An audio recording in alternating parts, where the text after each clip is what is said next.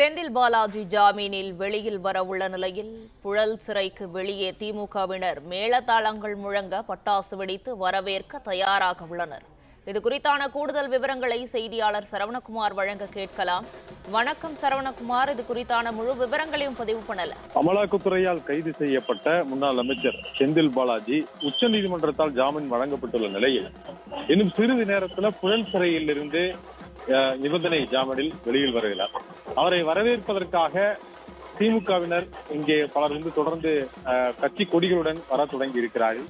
அது மட்டுமில்லாமல் அவரை வரவேற்பதற்காக மேளதாளங்கள், மயிலாட்டம் உள்ளிட்டவையும் ஏற்பாடு செய்யப்பட்டு தற்பொழுதிலிருந்தே அவர்கள் அந்த வரவேற்பிற்கான அந்த கொண்டாட்டத்திலே ஈடுபட்டிருக்கிறார்கள். அவ்வப்போது பட்டாசுகளையும் வெடித்து தொடர்ந்து அவர்கள் கொண்டாட்டத்தில் ஈடுபட்டிருக்கிறார்கள். இந்த புழல் சிறைக்கு வெளியில இந்த பிரதான சாலை, இங்கு செங்குன்றம் சொல்லக்கூடிய இந்த சாலையில கட்சி நிர்வாகிகளுடைய வாகனங்களும் அதிக அளவில் நிறுத்தி வைக்கப்பட்டிருப்பதனால சிறிது போக்குவரத்து நெரிசலாகவும் இருக்கிறது. எனவே காவல்துறையினர் அதிக வரவழைக்கப்பட்டு போக்குவரத்தை சரி செய்யக்கூடிய பணியிலே ஈடுபட்டிருக்கிறார்கள். மயிலாட்டம், ஒயிலாட்டம் உள்ளிட்டவை ஏற்பாடு செய்யப்பட்டு அவரை வரவேற்பதற்கு தயார் நிலையில அந்த கட்சியில் ஈடுபட்டிருக்கிறார்கள்.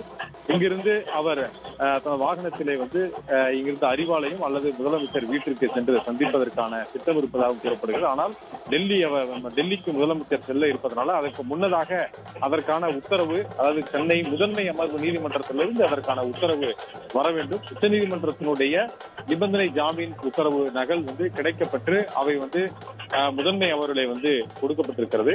அங்கிருந்து இந்த பிணை பத்திரம், அதற்கான சூரிட்டி எல்லாம் வழங்கிய பிறகு இந்த பிணை பத்திர உத்தரவை நீதிமன்றம் வழங்கும். அந்த உத்தரவு நகலை கொண்டு புழல் சிறையிலே கொடுத்தால் அதற்கு பிறகு செந்தில் பாலாஜி அங்கிருந்து வெளியில் வருவார். எனவே இந்த நடைமுறைக்கு இன்னும் 1 மணி நேரம் ஆகும் என்று கூறப்படுகிறது. எனவே தற்போதிலிருந்தே அவரை வரவேற்பதற்கான கொண்டாட்டங்களிலே அந்த கட்சியினர் ஈடுபட்டிருக்கிறார்கள். இங்கிருந்து அவர் செல்வதற்கான வாகனங்களை எல்லாம் கொண்டு தயார் நிலையில் நிறுத்தி வைத்திருக்கிறார்கள்.